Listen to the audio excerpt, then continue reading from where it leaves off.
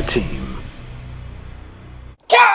Hey team, this is the McGuire Review, and today we're going to be taking a look at a new one from CMON that is called Way of the Panda. Let's lock in and get ready to go.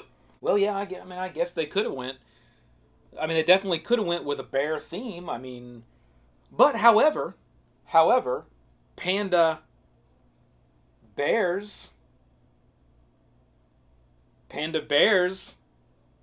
Yep. You're in the game. Woo!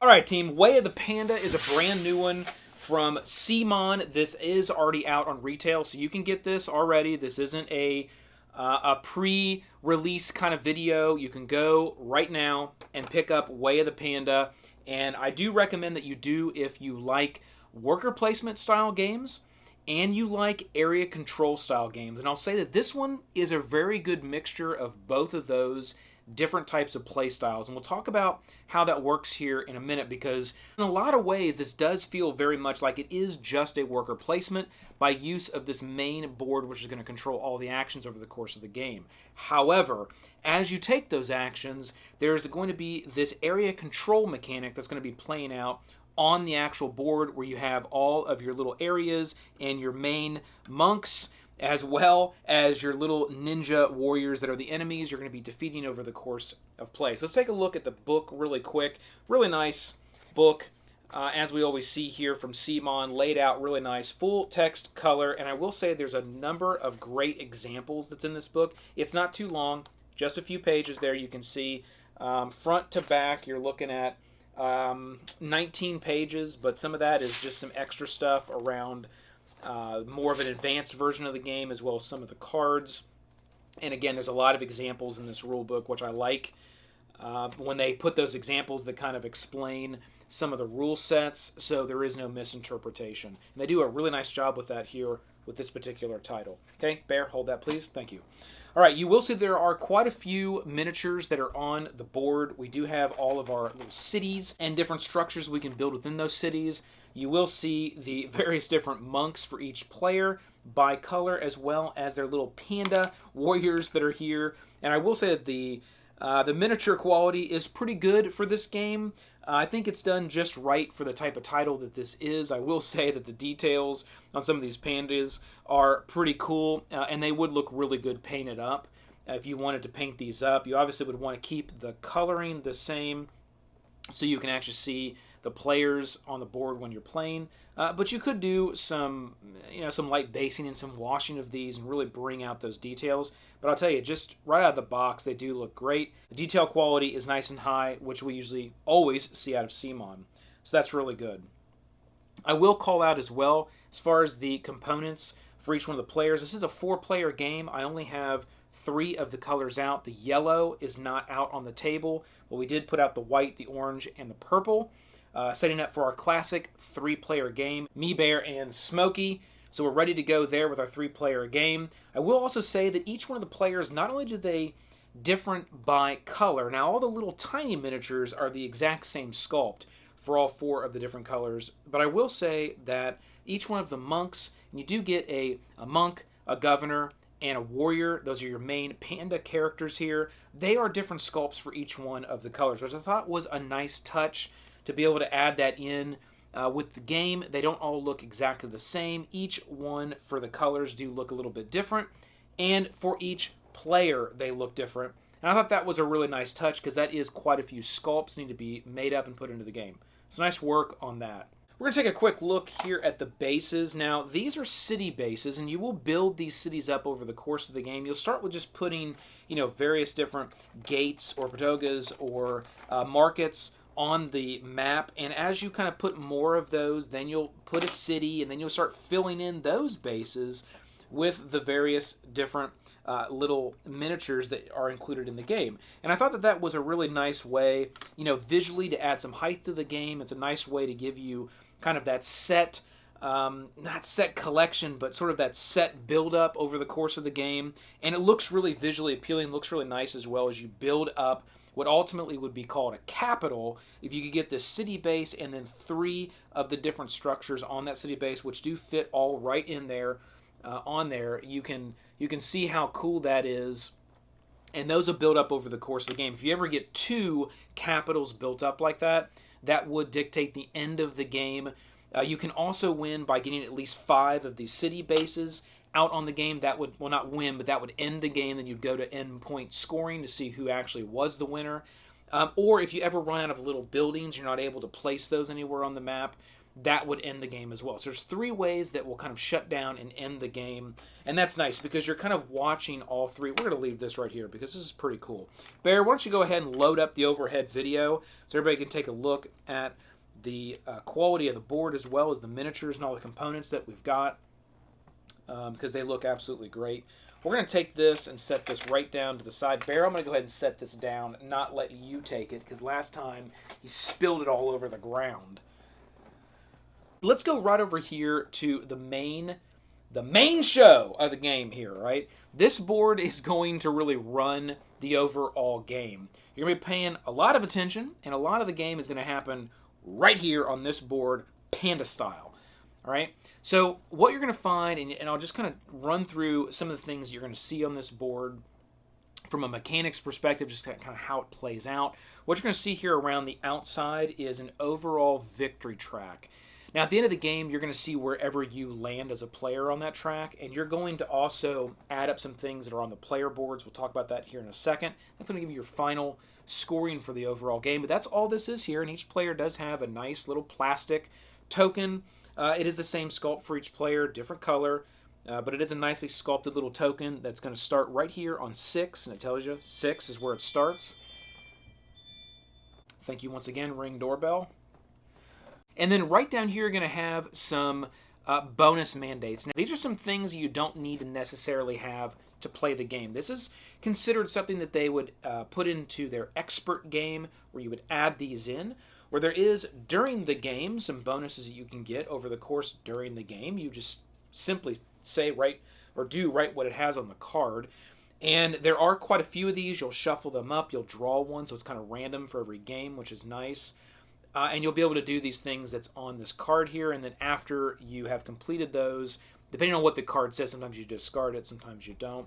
And this is an end of game special, and you will flip those up so every player will know over the course of the game what's going on and what they could be going for. It's not like a surprise reveal at the end. And this one does give you some extra bonus points and some victory at the end of the game. And that's how these cards work. I would recommend always playing the game this way. Now it does, again, in the rules, call this more of the expert game.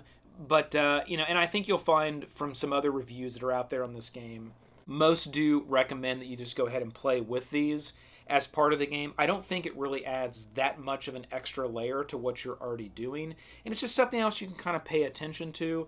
And you'll find over the course of this game, it is, it's not really easy to be tracking what every single person's doing and all the board and what they have and this. It's really a lot to kind of keep your mind on.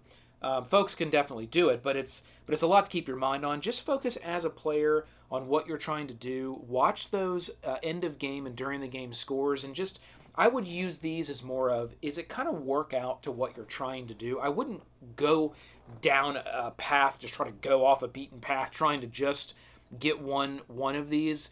I don't know, maybe the end of game, because those can give you some pretty big victory points at the end, but I don't know if I would go full bore just trying to do these. Focus on what's going on here with the actions and focus on what you're trying to actually accomplish on the actual board as this battle is really playing out.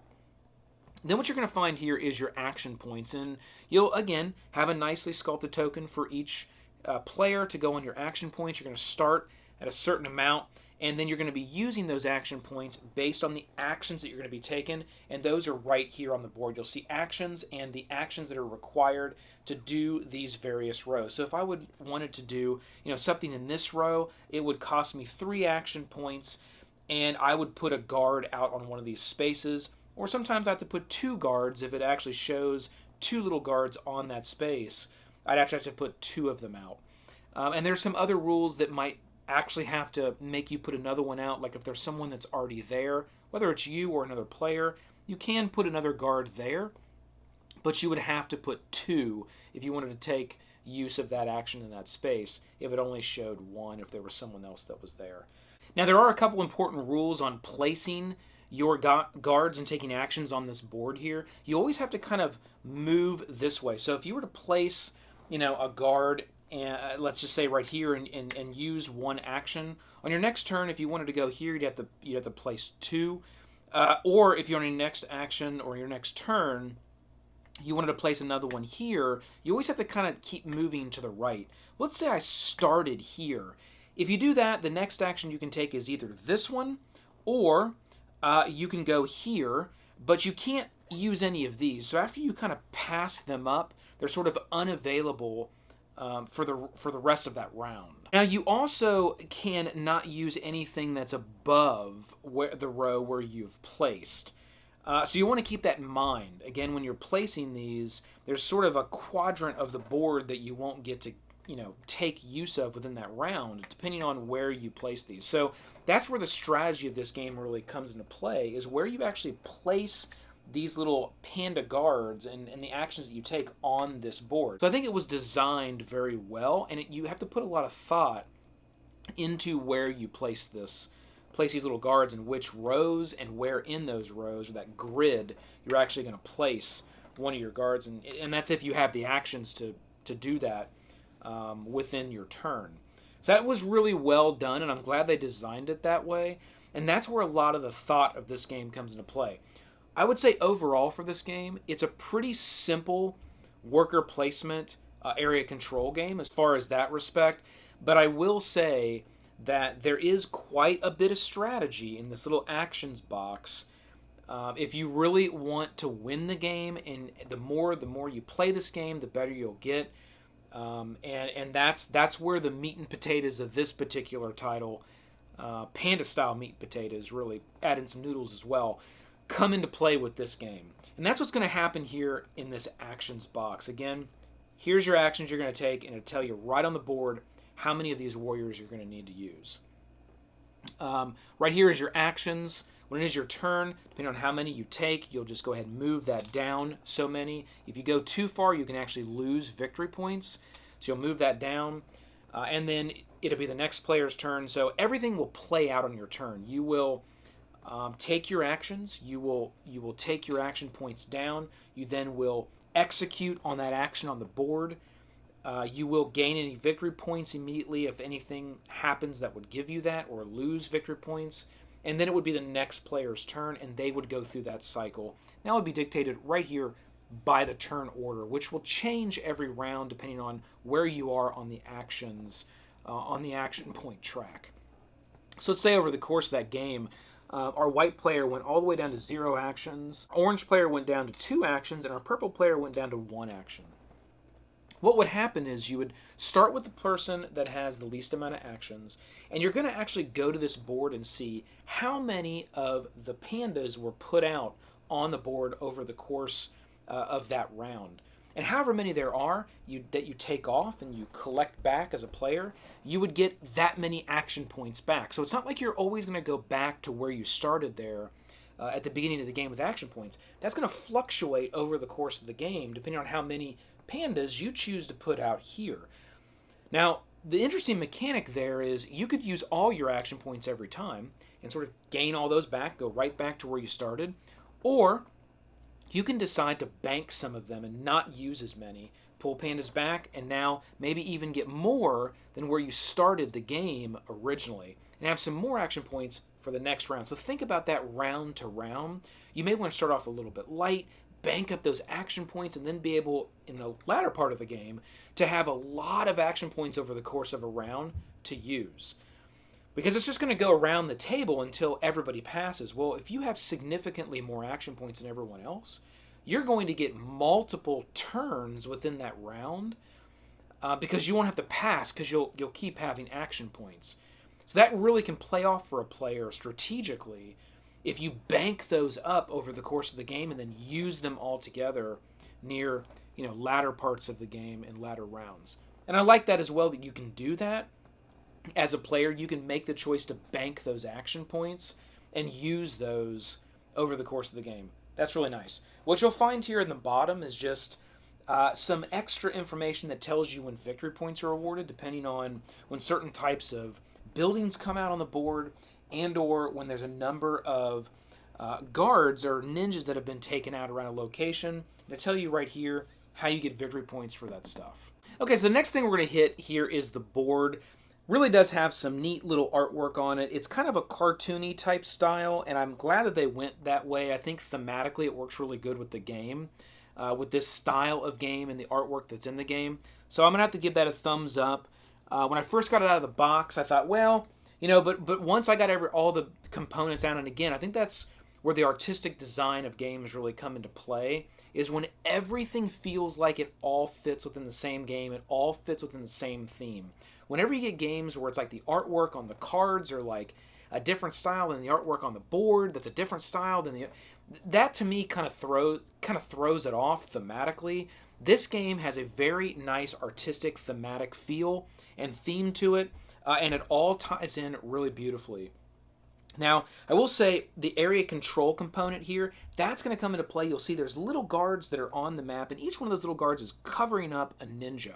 At the beginning of the game, you're going to set the game up, and you're going to put some things on the board. Each player will get to cover up some of the ninjas, and they'll get to place their main pandas on the board, the ones that are going to be moving around, your monk, your governor, and your warrior panda. And then what's going to happen is, as you play the game, you're going to be taking actions, and those actions will be different things, but you're going to be taking actions, and some of them will be moving your pandas from location to location. And that's where there's kind of these little icons on the board, look like little cities, little panda cities. You're going to be moving from space to space if you took that action, but you're not going to be able to move from space to space until your panda has enough strength to get there. And that's just how many ninjas are along that road they'll have to defeat on their way from one location to another. Now, when you start the game, every one of your pandas is going to start off with at least that one strength in each one of those areas, and you'll be able to build that up over the course of the game by getting these tokens. Again, by landing on certain actions, you'll be able to take that. You'll be able to build the strength of your pandas up, and then giving you the ability to move from different areas to different areas. Like, if I wanted to take this panda here and move from here to here, I'd have to defeat 1, 2, 3 pandas, which means for this player, and this is the warrior, I'd have to have 1, 2, 3 swords already acquired over the course of play based on, acquiring those swords by playing. I'd have to build the strength of that panda up to be able to move there, to be able to get to that location. And I won't be able to do that until I'm able to be strong enough. Now, I can move this panda from here to here because there's only one little ninja along this road. And if I was to do that, I would then grab one of my little panda warriors, and I would put that little panda guy right there to cover up that, and now says, okay, I've kind of defeated that road, and now I've taken that road over. So every time you do move from location to location, you will be able to take one of your sculpts and put it over a ninja that's on the road. Or if you move, back and forth, then you can cover up 2. Or if you move, multiple locations, it's just 1 ninja per road. And that's how that would work. And that's how you end up sort of at that area control we talked about earlier in covering up the ninjas on the road. Now, once there's a certain number of ninjas that are covered up, sort of, for that player off of an area, that's what allows you to then build up your capitals, will ultimately to a capital, build up your buildings and your cities. The rules will tell you how many guards you need next to a certain area of your color to be able to then land on a spot here on the action board where then you would build a building. And again, that's just going to give you more victory points because every time you build those things, you'll see right down here, that's going to give that player victory points over the course of their turns to keep getting more victory points as they play. That's how the area control mechanic is going to work. Very, very simple. You'll just be placing these tiles and building up these different tracks on your board to give you more strength to essentially move from area to area. Now, there are 2 that you will see here. One is the strength, and one is something called a quest. So as you're playing the game, you can also move to different areas, as well as, you select that action point, and you'll move to areas that have certain types of buildings, and every one of these different types of pandas is associated with a different type of building. And we can see that right here on this board, it will show us that our monks are associated with gates, our governors are associated with markets, and our warriors are associated with padogas. Padoga. Yeah, that's right. All right, so whenever you move to an area that has one of those buildings that's aligned with that type of monk, you then can go on a quest, and some of them you can even turn in a quest. They all do have this chest here for our governor panda. Whenever you get to a market, you can actually cash in a chest and get 6 victory points immediately. So that is one of the quests and the items that you can gain over the course of the game that you can then cash in on over the course of the game.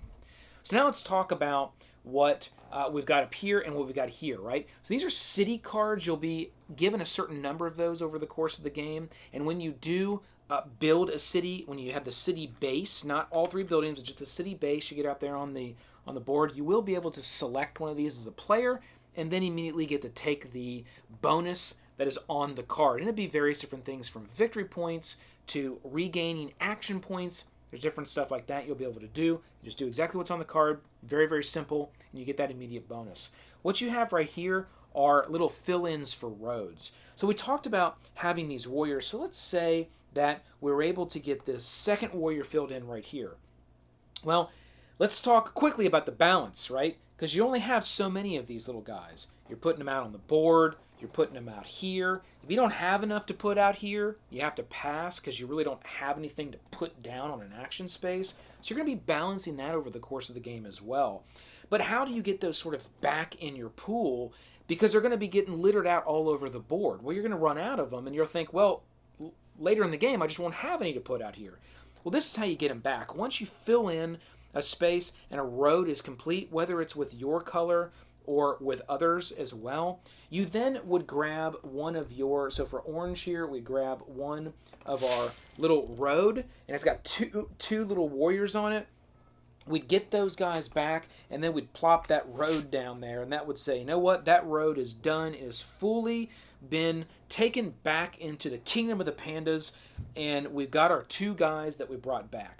And that's how these roads are going to work. So over the course of the game, you're going to be putting down your pandas, pulling them back off the board, collecting them, putting roads down on the board to kind of build your empire out. That's going to help you move back and forth much faster as well once those roads are totally taken over and they no longer have any ninjas sort of stopping your way, right? Bear likes that.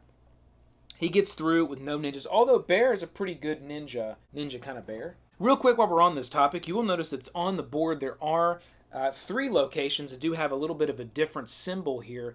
These are areas that are very difficult to get into, and if you can get into them, you're going to get some bonuses. And you'll see with these areas, and we'll look at this one right up here, we got 1 ninja here, but we got 4 on this road, we got 3 on this road, 2 on this road. So they're just more difficult to be able to get in. 4, 3, 2... they're just harder to get to. So, but if you can, you're going to get that immediate bonus that's going to be offered when you get to the actual location. So just keep that in mind as you are working the board, that you will be able to get those bonuses if you're able to get to those more difficult locations. All right? So we've kind of hit these cards here. I will say for endpoint scoring, we talked about, you got your track around the outside. Wherever you are, that's your endpoint scoring. There's one other bit that you can add to that over the course of game. Let's say, and I'll just use this one for example. What do we got here? So these little bead necklaces. Let's say we're able to build this monk up. To that, we're able to go on 2 quests for the lanterns, and that's what we ended up getting for this particular monk, and it was at the end of the game. You're going to go through each one this way and add that all up and then add it to your final victory point scoring. But you're going to take wherever this is, there's little numbers that's next to it. You're just going to take that number from the highest point, and you're going to multiply it by the number, the next highest point. So for instance, this one is a 2, and this one is a 4. So 2 times 4 is 8, and that's going to be 8 victory points there for your monk. You're going to do that for each one of your panda types. Add all that up, add it to your victory points. That's going to be your final endgame scoring, and whoever has the highest victory points would be the Panda Master. Okay, that's pretty much all the rules of this game, and essentially at a high level, that's how you're going to be able to. No, that's just how you're going to play. That's it. That's really just kind of how you're going to play the game. It's not really high level, Bear. Love it. All right, so great game by CMON. Again, this is already out at retail. I do recommend checking this game out, giving this game a shot, because it is a really fun game. I think the theme is going to apply to a lot of people. It's really going to draw folks in. I think the overall flow of the game is simple enough for about anybody to play. Really, again, it's those Panda Masters, I think, over the course of multiple games that are really going to get strategic with these actions and where they are placing those round to round, turn to turn over the course of the game. I will say this game does offer that super strategy, super competitive edge to it. So don't be misled by this game thinking it's just your really simple, just family style game. It absolutely is, but you can also use this one to be a very highly competitive game as well. And I love how this particular title gives you that much of a swing on the pendulum. It's just really, really well designed and really well done. I think so. That's my opinion, all right? So, yeah, this is good. All right, Way of the Panda, check it out. So hit that like, click the subscribe below to join the team. Roll them crits. This has been the McGuire Review, and we'll see you next time. Let's go, Bear.